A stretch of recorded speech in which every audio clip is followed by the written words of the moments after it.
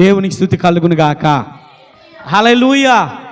మీరు ప్రవచించండి, మీరు మాట్లాడండి. ఇది దేవుడు నాకు ఇస్తాడు, వారిని దేవుడు నడిపిస్తాడు. వారి కొరకు నేను ప్రార్థన చేస్తే దేవుడు తీసుకొస్తాడు.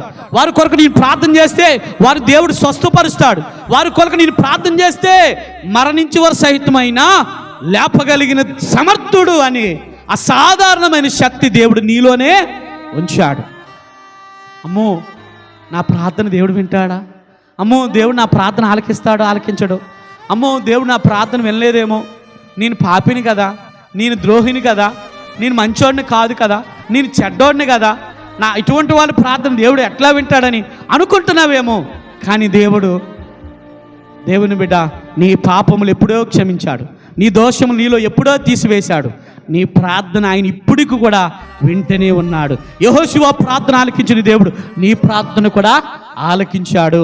యెహోషువ నోటిని ఆశీర్వదించిన దేవుడు, యెహోషువ నోటిని బలపరిచిన దేవుడు నిన్ను, నీ నోటిని కూడా ఆశీర్వదించాడు, బలపరిచాడు. దేవునికి స్తుతి కలుగును గాక.